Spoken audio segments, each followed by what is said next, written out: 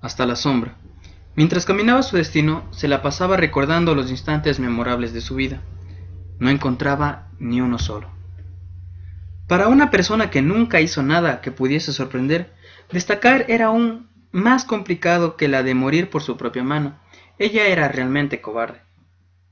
Todo fluye, se decía a sí misma de manera de consuelo, por la penosa vida que llevaba. Se había dado por vencida desde el momento en que, aprendiendo a caminar, se cayó al suelo por culpa de sus todavía débiles piernas. Vaya usted a saber la razón de semejante situación.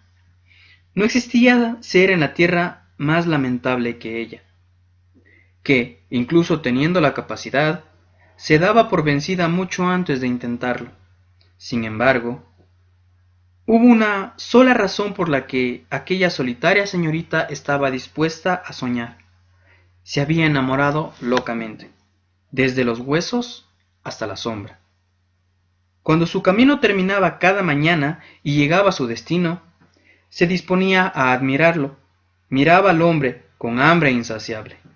Solo la inseguridad sobre sí misma le daba la valentía de imaginarse a su lado en una fría noche de invierno. No pedía más que ser amada, tan amada como su amado por ella. Ese día fue diferente. Mientras lo contemplaba, sentado delante del asiento que ella ocupaba, él volteó a mirarla y la sonrió. Se sentía desfallecer, pero intentó disimularlo por miedo a que los demás lo notasen. Sabía que estaba mal que su corazón latiese por un hombre que ya había comprometido su vida y sus pasos con los de alguien más. Y aún así, no podía evitar perder el aliento cada vez que él notaba su existencia. Todo el mundo hablaba de amar sin límites, de arriesgarse, de entregarlo todo.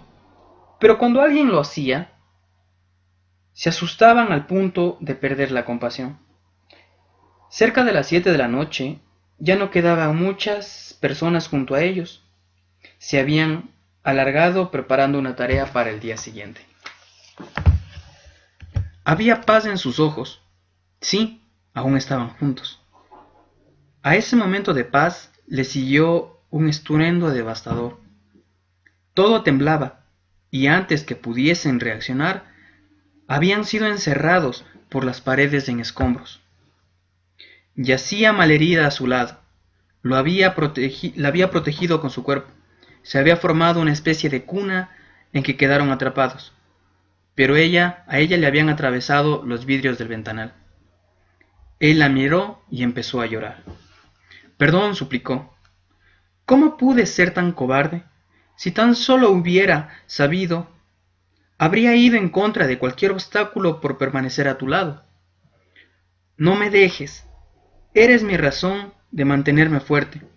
Te necesito para seguir. Sus brazos sujetaban el cuerpo moribundo de la mujer al tiempo que sus ojos se llenaban de lágrimas.